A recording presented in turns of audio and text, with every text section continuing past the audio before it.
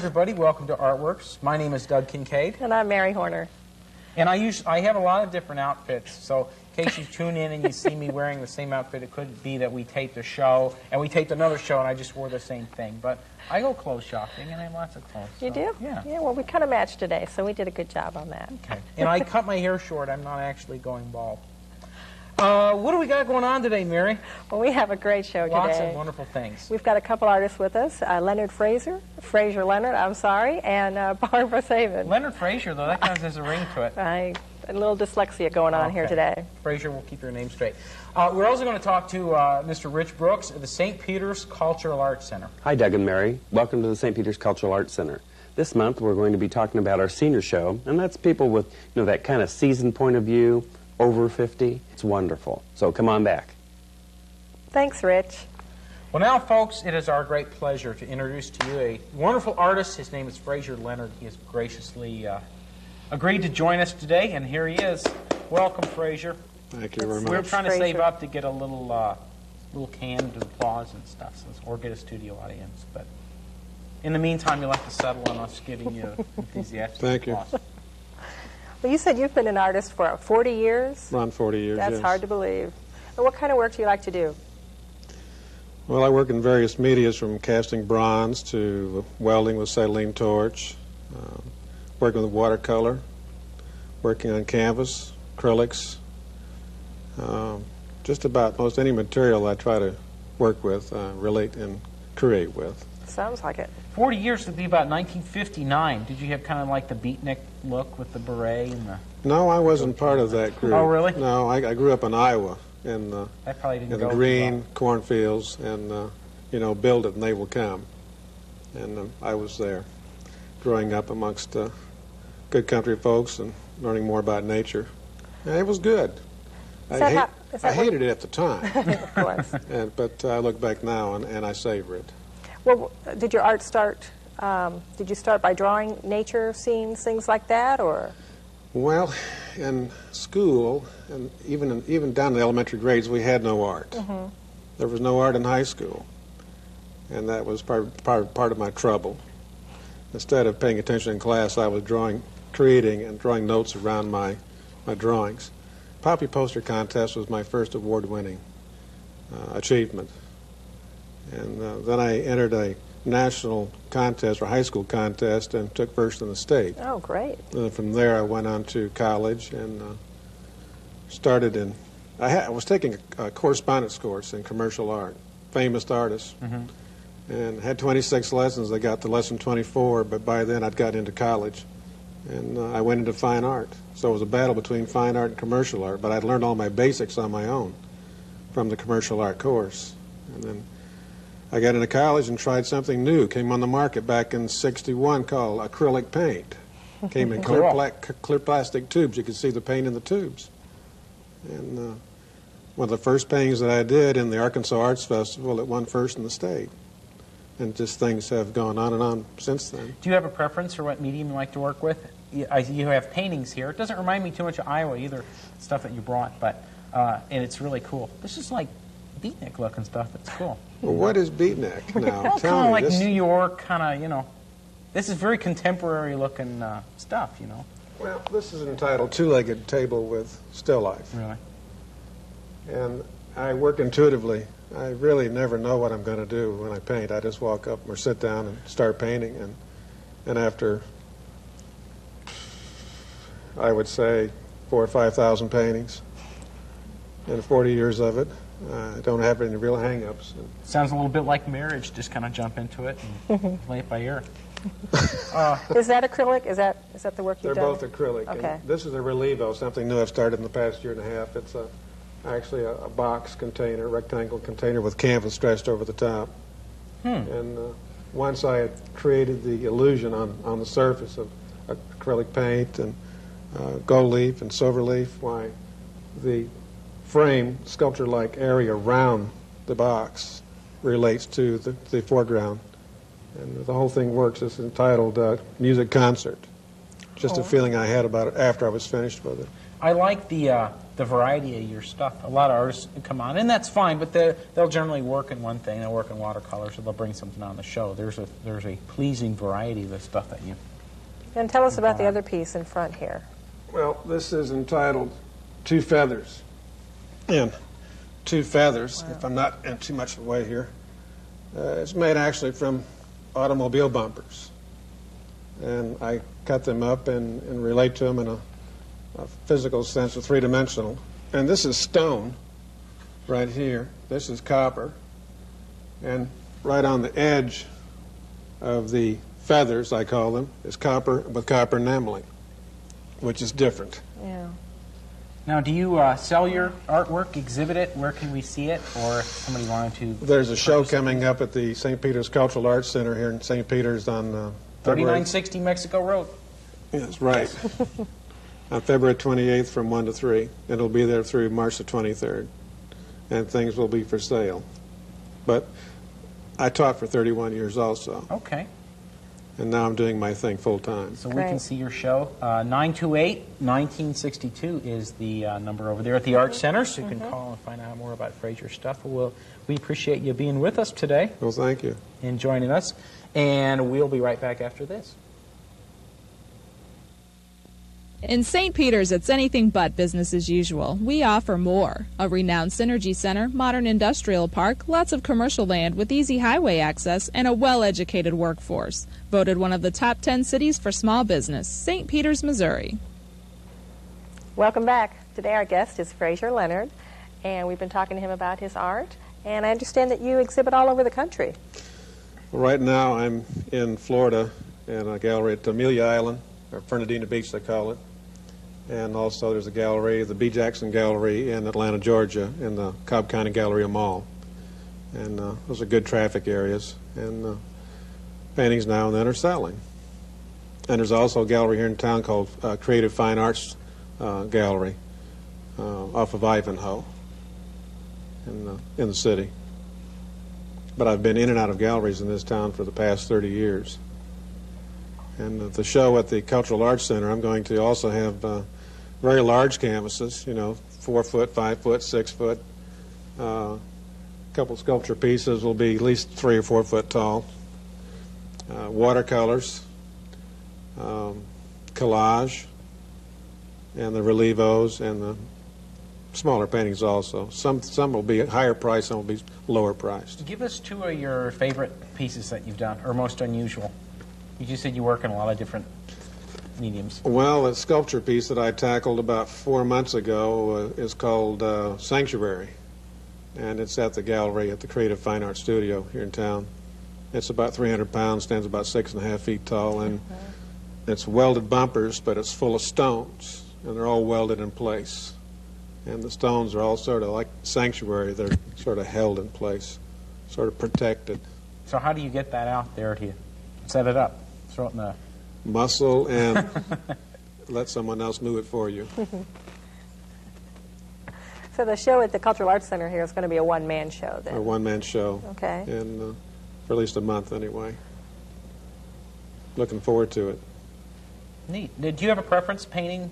You seem to do it a little bit of everything, but is there a favorite? Do you have a favorite that you work with? Well, I like to paint, but then when I get bored with the painting, the feelings will run into three-dimension, sometimes into clay.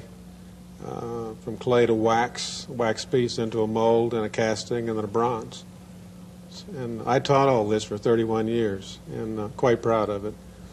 I had national award winners for about 15 years in a row. In the sculpture division, they had 25 gold medals that they could hand out, award young students. And one year, about 15 years ago, we got 2 out of the 25 for the whole United States. So it was quite an achievement for the kids. We had one of the only working foundries. It was at McClure High School in the Ferguson, Florissant School District. Wow. Well, we really appreciate you being with us, Fraser. We want to remind everybody that your show is February 28th through Right. March 23rd. Right. St. Peter's Cultural Arts Center. That's at 3960 Mexico Road. Again, the number is 928-1962, and you can call and get absolutely free a Fraser Leonard card. I'm sure he would Postcard. autograph that for you, which gives you details about his one-man show that's going to be at the Art Center. So sounds like a really neat show, Fraser. I will go over and check it out. We sure appreciate you being with us. Thank you. Thanks for having me. Thank you. And before we go to break, let's have a trivia question. Let's have it. How tall is the largest hill figure? I don't know. Haven't a clue. We've got a theme here with the largest. We Everything. like it big. I tell ya. St. Peter's, big and bold and grand. Yeah, well, we'll be right back with an answer. 1 out of every 4 babies is not fully immunized. Your child could get a deadly disease. Get all your baby shots before age 2. You gave them life. Protect it. Hello, welcome back to Artworks, everyone. The trivia question, beautiful Mary Horner will tell us the trivia question, or read it once again, and then Okay. I will answer it for you. How tall is the largest hill figure? Boop, boop, boop. That's a little time to get you to think about it. The largest hill figure ever found, according to the Guinness Book of World Record 1998 version, was a 330-foot tall figure. Was found on a hill in Tarapaco, Chile. Did I pronounce that correctly? Tarapaca. I still say Des Peres, though, instead of Peres. So. Anyway, it was found in August 1968. Heaven knows how old it really is, but it's 330 feet tall. Wow, we don't That's really know big. what it is. We don't know but whether it was a big chess piece or a big lumberjack or a clown or whatever. You'll just have to get the book and look it up. But the arch now is 630, so this That's true. figure is about half the height of the arch. So Very big. we just thought you might want to know that. Well, we also might want to know our next guest, Yes, who indeed. is Barbara Savin. And Barbara has an interesting story and some wonderful art she's brought with us today. Welcome to the show, Barbara. Thank you. Hi, Thank you Barbara. for Did we having get you me. your drink of water? You did. Okay, thank good. Okay, we want you to be comfortable. You. I am. So tell us a little bit about your stuff. We were reading about your painting. Give us a little background on it. This show that we're talking about today is the one that's at St. Peter's Cultural Arts Center. It'll be going and closing on the 28th of this month. But the 2 restaurant pieces are is the show that I think he's predominantly talking about, that Rich was interested in, because this was about my life as a teenager. All of these paintings actually are pretty autobiographical. They're very these two here probably will have the most interest, simply because when I was a kid I worked at this restaurant, and it was a restaurant that you don't find anymore, with the plate lunch style, where you went in and you had like roast beef and mashed potatoes and green beans, and then you'd have meatloaf or whatever. And this was located at the Stockyards in East St. Louis. Or, well, actually it's in National City, which is right next to East St. Louis. The restaurant's burned down now, and it's no longer around, or they tore it down, I think, in 1989. But it's about the people that work there, and these people I thought were really quite wonderful. These are, they were the cooks and the waitresses that got up every day, and they did their job. No one patted on the back or said, "Oh, God, aren't you wonderful because you brought home your paycheck." I mean, they just did their work, and they did it with a smile on their face. And part of this is my life story, because I did this too. I started when I was 15, and we were poor. I grew up in East St. Louis. I had to go to work to help support the family. So these people were important to me. It was like a second family, the people that I worked with. And this is what the inspiration for this series. This is what came from that part of my life. What gave you the idea to paint these memories? Did that come about suddenly, or was it something? One day I'm going to be good enough, I'm going to be able to paint the people in that restaurant. I think it's mainly because working as a waitress, and these people worked, these were not waitresses that you'd say, "Oh, well, I'm working my way through college," or when my book Right. sold. I mean, these were career people. This wasn't a career, this was their job. There wasn't going to be anything on the horizon 10 years down the road or 5 years down the road. Right. And I think that I really felt an empathy for them. It was like, this is all they had. They didn't have their 15 minutes of fame. And I wanted to honor that. And it was like honoring a part of my childhood. It was like honoring a part of my life and validating that and saying that it was good, and it was a real wonderful learning process for me. Now, are all of the people in the painting significant people taken from your memory, or are there fictional characters? Some of them filled in? are. Some of Okay. them, now, Hattie was the cook that worked there for 40 years, and she's a fascinating woman. I mean, she ran that kitchen, and she was the boss. Everybody knew she was the boss, and she didn't take any guff from anybody. It was not even a depiction of that restaurant. It was another restaurant that I took a picture of because the proper interior I didn't have that would work.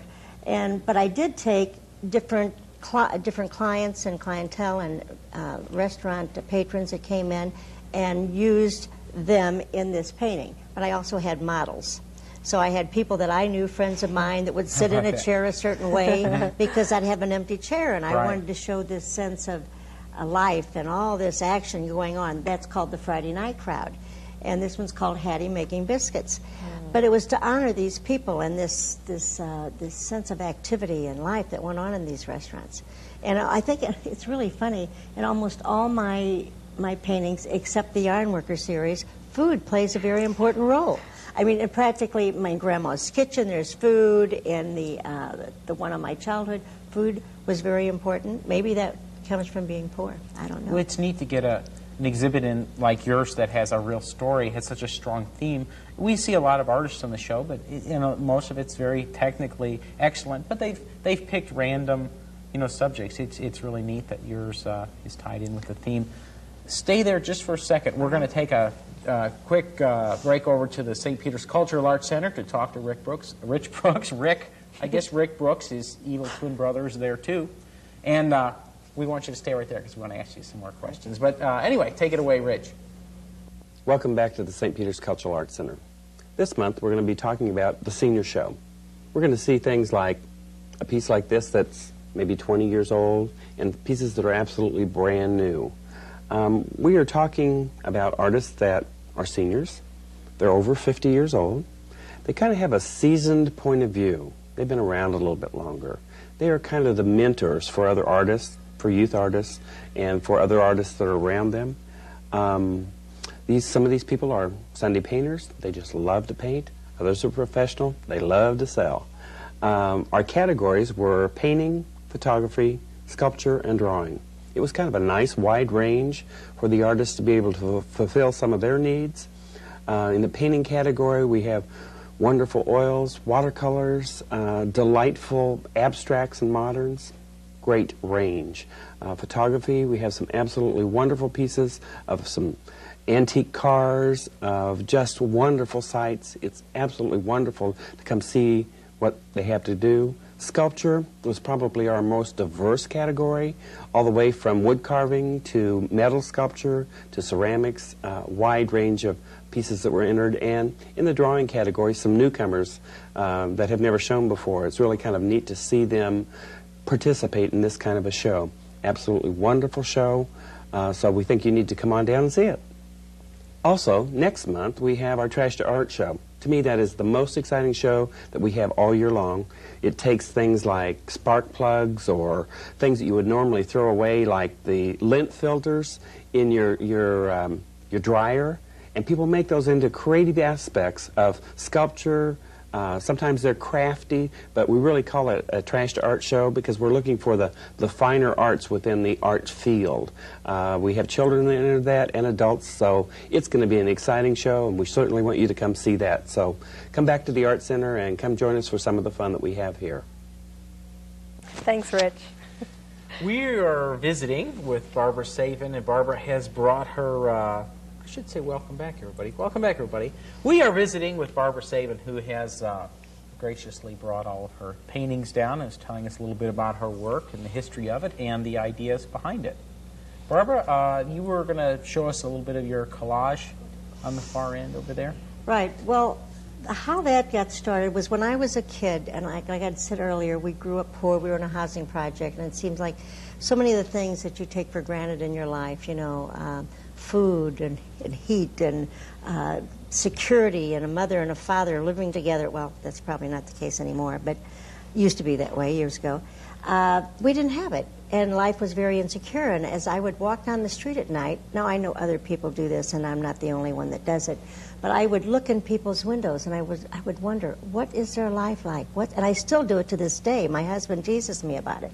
What's their life like? And I'd see these beautiful homes, and I'd visualize you know, this wonderful family in my mind that lived in these homes, you know, and they had wonderful food and everybody was clothed and they didn't have to worry about if they were going to have things for school or if they were going to have new shoes for school when school came around. But every year for school, when it did come around, I would get a box of new Crayolas. That was a real biggie. And, you know, I had this tension of, did I just look at these beautiful colors or did I open it and use it and then wear it down? You couldn't have both, you know, which I wanted to use the Crayolas and use it, but yet it wasn't so pretty and beautiful anymore. So there was always this tension there. But anyway, I wanted to somehow put this together and show this in a visual way. So what I did is I took a picture now of my home on the inside, which I have a lovely home, and I had this, I put like a grid going around it, showing that like that was barred from me. And then I put all around that parts that were, that was important in my life. I wanted to be a singer-dancer when I was a kid, kind of glitzy thing. And my mother liked to put on shows when she was a kid, and she kind of liked to get glitzy too.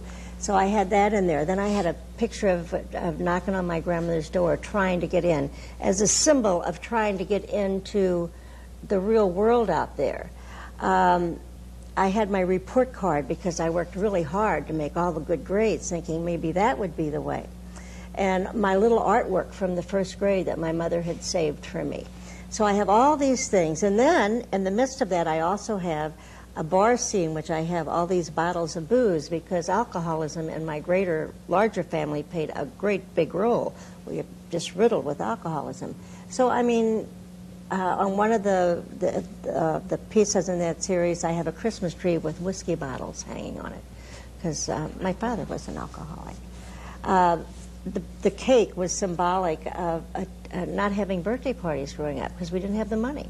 But I had a teacher that on your birthday she would draw you this beautiful pastel cake on the drawing board, and that would be your birthday cake. And that was really big to me, you know, when I was in the 4th grade. I remember her name to this day, Mrs. Tansey. And I mean, I had this wonderful birthday cake on the chalkboard with the purples and the pink, and you get to pick out your own colors and what you said on it. So these were nice memories mixed with the bad memories, and then pictures of the government housing projects. Then, surrounding all that was wallpaper. And the reason why I used that is because my grandmother's house was always filled with wallpaper. It was an old home, and it was one of those old shotgun houses, if you remember what they're like. And it had wallpaper. And my grandmother, when I was at her house, it was like I felt really safe. And so it was like, that was the border. That's what held it all together. So I symbolically put that around to show that border, that wallpaper border, Grandma's house, was the one that was a safe haven for me.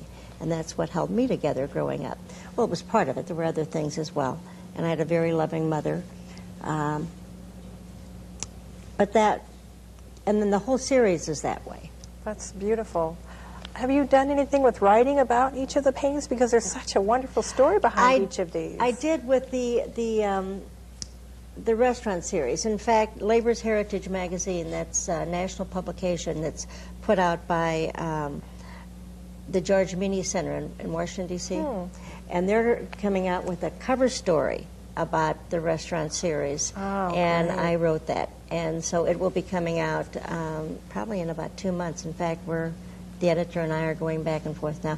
So, yeah, I did write about that because I talk about the different people there and what their personalities were like and what it was like to try and get a job there. Because I was 15. I was just a kid when I started there. Your storytelling, your presentation is so good, just in the way you present the stories as well. Mary's right. It seems like it would almost be worth the investment with this exhibit to have some sort of audio where you could hear your narration. Never even thought of that. So much to it. You know, just like a museum would do, where you push a button and it runs through. Because I mean, I've written about it, and I had a show not too long ago at the Mitchell Museum, and they put the story up on the wall as you know. But I never thought of making a video.